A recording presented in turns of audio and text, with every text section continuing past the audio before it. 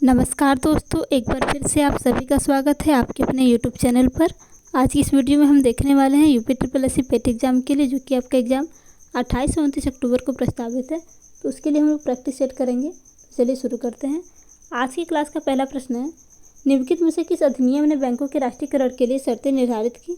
Option A banking कंपनियाँ अधिनियम 1970, option B भारतीय रिजर्व बैंक अधिनियम, ऑप्शन सी बैंकिंग विनिमय अधिनियम, ऑप्शन डी उपरोक्त में से कोई नहीं।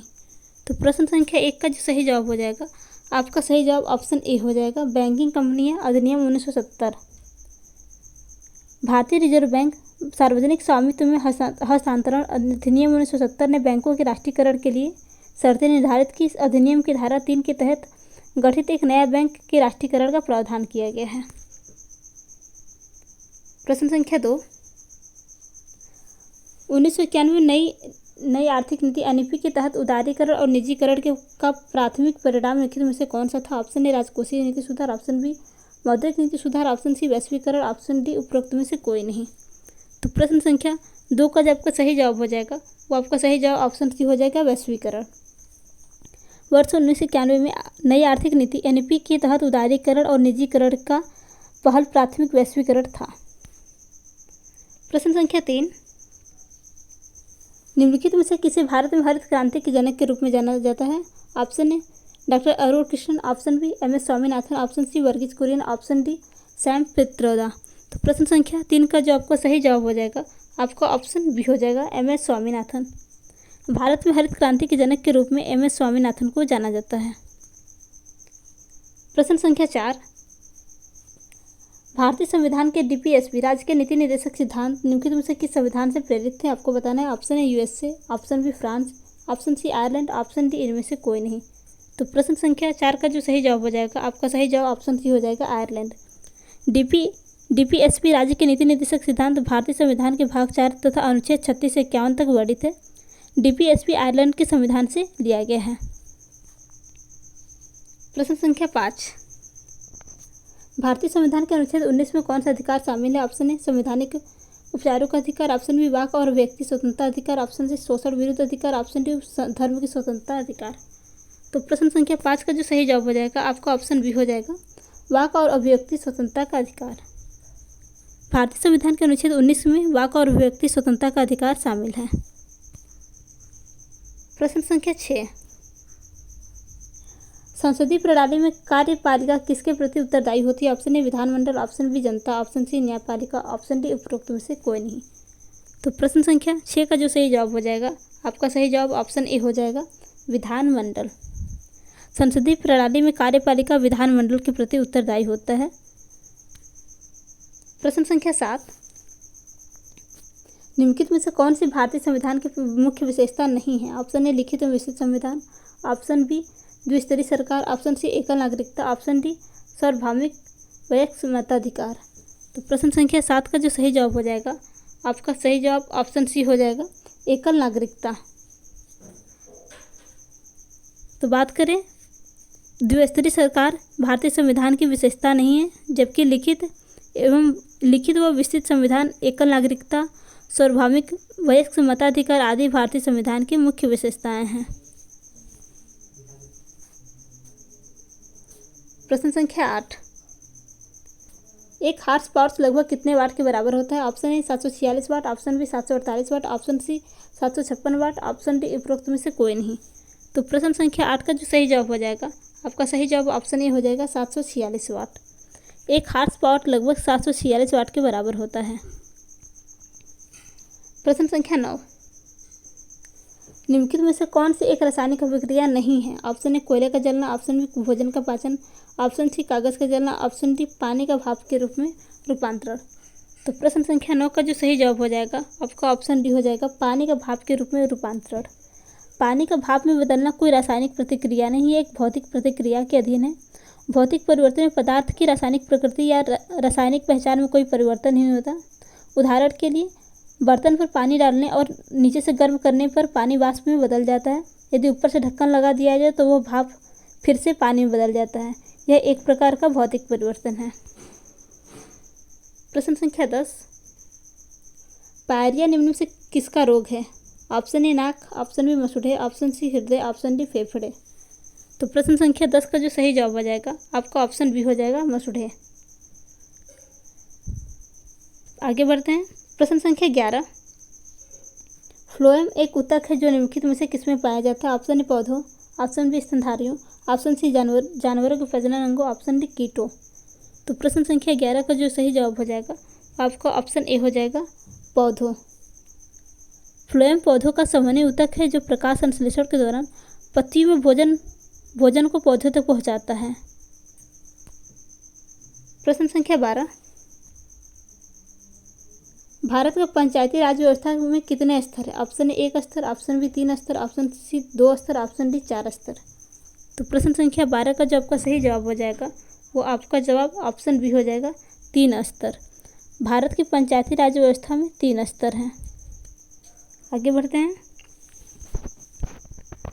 अगला प्रश्न है, आईएनएस ने लाल सागर में नौसेना के जहाज़ों का अल्माज पीसी और निमेर पीसी 413 के साथ समुद्री साझा अभ्यास का आयोजन किया। आपको बताना है कहाँ किया? Option A Oman, option B Japan, option C Sudan, option D France. तो प्रश्न संख्या 35 का आपको सही जवाब बताना है। तो प्रश्न संख्या 35 का जो सही जवाब हो जाएगा वो आपका जवाब ऑप्शन सी हो जाएगा सूडान। आईएनएस तरकस ने लाल सागर में सूडान के नौसेना बेस के पास लाल सागर में नौसेना के जहाज़ों को अल्माज पीसी 411 और निमेर पीसी 413 के साथ समुद्री साझेदारी की अभ्यास किया। आगे बढ़ते हैं। प्रश्न संख्या 35।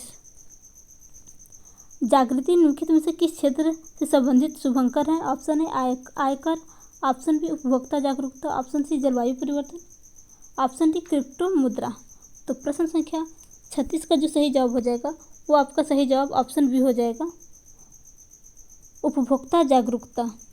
जागृति शुभंकर उपभोक्ता जागरूकता क्षेत्र से संबंधित है। आगे बढ़ते हैं। प्रश्न संख्या 37। महाराष्ट्र में स्थित औरंगाबाद का नया नाम लिखिए। Option A Sambhajinagar, option B Dhule, option C Dharashiv, option D Satara. तो प्रश्न संख्या 37 का जो आपका सही जवाब होगा वो सही जवाब आपका ऑप्शन ए हो जाएगा संभाजीनगर। महाराष्ट्र में स्थित औरंगाबाद का नया नाम संभाजीनगर है। प्रश्न संख्या 38।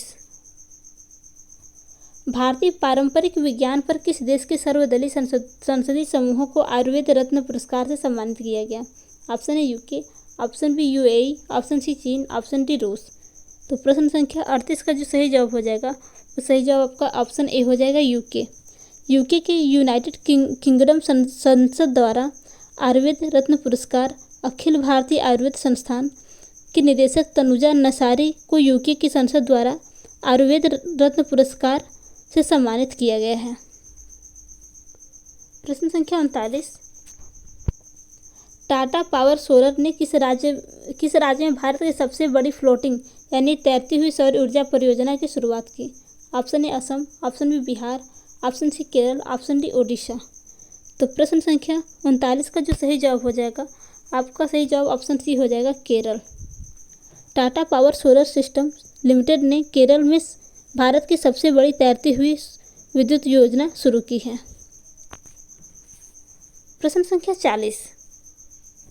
हिमाचल प्रदेश में 21 दिवसीय संयुक्त अभ्यास व्रज प्रहार 2022 किन देशों के बीच संपन्न हुआ? ऑप्शन ए भारत और रूस, ऑप्शन बी भारत और फ्रांस, ऑप्शन सी भारत और United kingdom, option D Bharat और संयुक्त राज्य अमेरिका। तो प्रश्न संख्या 40 का जो सही जवाब हो जाएगा आपका ऑप्शन डी हो जाएगा भारत और संयुक्त राज्य अमेरिका। वज्र प्रहार 2022 भारत और अमेरिका का संयुक्त अभ्यास हिमाचल प्रदेश में संपन्न हुआ। प्रश्न संख्या 41। निम्नलिखित में से किस कंपनी ने जुलाई 2022 में भारतीय खिलाड़ियों के प्रदर्शन को बढ़ाने के लिए भारतीय ओलंपिक AIO के साथ दीर्घकालिक साझेदारी की घोषणा की? Option A Reliance industry limited, option B Wipro, option C Tata enterprises, option D ONGC। तो आपको बताना है प्रश्न संख्या 41 का सही जवाब। तो प्रश्न संख्या 41 का जो सही जवाब हो जाएगा आपका option A Reliance industry limited. Reliance industry limited ने जुलाई 2022 में भारतीय खिलाड़ियों के प्रदर्शन के लिए भारतीय ओलंपिक संघ AIO के साथ दीर्घकालिक साझेदारी की घोषणा की है। प्रश्न संख्या 42, जुलाई 2022 में कॉफ़ी बोर्ड ने कॉफ़ी फसलों की जलवायु प्रतिरोधी किस्मों को विकसित करने के लिए किसके साथ एक समझौता ज्ञापन पर हस्ताक्षर किए हैं? Option A TNAU, option B ISRO, option C DRDO, option D इनमें से कोई नहीं। तो प्रश्न संख्या 42 का जो आपका सही जवाब हो जाएगा वो आपका सही जवाब ऑप्शन बी हो जाएगा, इसरो। कॉफ़ी बोर्ड भारतीय अंतरिक्ष अनुसंधान इसरो के बीच एक समझौता ज्ञापन पर हस्ताक्षर किए गए थे। प्रश्न संख्या 43, निम्नलिखित में से कौन सा देश भारत के साथ सबसे लंबी अंतर्राष्ट्रीय सीमा साझा करता है? Option A Bangladesh, option B Bhutan, option C Nepal, option D इनमें से कोई नहीं। तो प्रश्न संख्या 43 का जो आपका सही जवाब हो जाएगा वो आपका जवाब ऑप्शन ए हो जाएगा, बांग्लादेश। बांग्लादेश भारत के साथ सबसे लंबी अंतर्राष्ट्रीय सीमा साझा करती है। प्रश्न संख्या 44, निम्नलिखित में से कौन सी इजराइल की राजधानी है? आपको बताना, option A Jerusalem, option B Baghdad, option C Dublin, option D इनमें से कोई नहीं। तो प्रश्न संख्या 44 का जो सही जवाब हो जाएगा आपका ऑप्शन ए हो जाएगा, जेरूसलम। इजराइल की राजधानी जेरूसलम है। प्रश्न संख्या 45, डाक कर्मयोगी पोर्टल का उद्देश्य है, आपको बताना क्या है? ऑप्शन ए शिकायत निवारण, ऑप्शन बी लगभग 4 लाख ग्रामीण डाक सेवकों की क्षमता में वृद्धि, ऑप्शन सी सर्वश्रेष्ठ प्रदर्शनकारी को पुरस्कार, ऑप्शन डी जनता की भागीदारी। तो प्रश्न संख्या 45 का जो आपका सही जवाब हो जाएगा वो होगा ऑप्शन बी, लगभग 4 लाख ग्रामीण डाक सेवाओं की क्षमताओं में वृद्धि। प्रश्न संख्या 46, निम्नलिखित में से किस राज्य में विधान परिषद है? आपको बताना है इनमें से किस राज्य में विधान परिषद। Option A Jharkhand, option B Karnataka, option C Odisha, option D Gujarat. तो प्रश्न संख्या 46 का जो सही जवाब हो जाएगा वो आपका जवाब ऑप्शन बी हो जाएगा, कर्नाटक। कर्नाटक राज्य में विधान परिषद है। वर्तमान में 6 राज्यों में विधान परिषद है। बात करें किन किन राज्यों में विधान परिषद है, तो आंध्र प्रदेश में है, बिहार में है, कर्नाटक में है, तेलंगाना में है, महाराष्ट्र में है और उत्तर प्रदेश में है। आगे बढ़ते हैं। प्रश्न संख्या 47, किस दिन को भारतीय वायु सेना दिवस के रूप में मनाया जाता है? ऑप्शन ए 8 फरवरी को, ऑप्शन बी 8 सितंबर को, ऑप्शन सी 8 अक्टूबर को, ऑप्शन डी 8 नवंबर को। तो प्रश्न संख्या 47 का जो सही जवाब हो जाएगा आपका जवाब ऑप्शन सी हो जाएगा, 8 अक्टूबर को। 8 अक्टूबर को भारतीय वायु सेना दिवस के रूप में मनाया जाता है। प्रश्न संख्या 48, निम्नलिखित में से किसे भारत का स्कॉटलैंड कहा जाता है? Option A Coorg, option B Srinagar, option C Mussoorie, option D Darjeeling. तो प्रश्न संख्या 48 का जो सही जवाब हो जाएगा वो आपका जवाब ऑप्शन ए हो जाएगा, कुर्ग। कुर्ग को भारत का स्कॉटलैंड कहा जाता है। प्रश्न संख्या 49, कला मथुरा से स्टेसलिंग की पारंपरिक कला है। Option A Kajri, option B लघु कला, option C Sanchi, option D इनमें से कोई नहीं। तो प्रश्न संख्या 49 का जो सही जवाब हो जाएगा आपका जवाब ऑप्शन सी हो जाएगा, सांची। सांची कला मथुरा से स्टेसलिंग की पारंपरिक कला है। सांझी शब्द को हिंदी शब्द संध्या से लिया गया है जो शाम के समय की कला से जुड़ा है। प्रश्न संख्या 50, निम्नलिखित में से 2014 में बनाया गया भारत का 29वां राज्य कौन सा है?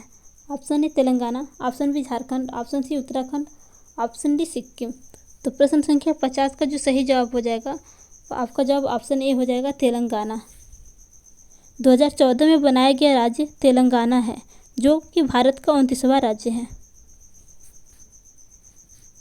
प्रश्न संख्या 51, निम्नलिखित में से किस व्यक्ति ने प्रसिद्ध पुस्तक the story of my experiment with the truth लिखी? आपको बताना है किसने the story of my experiment with the truth लिखा है।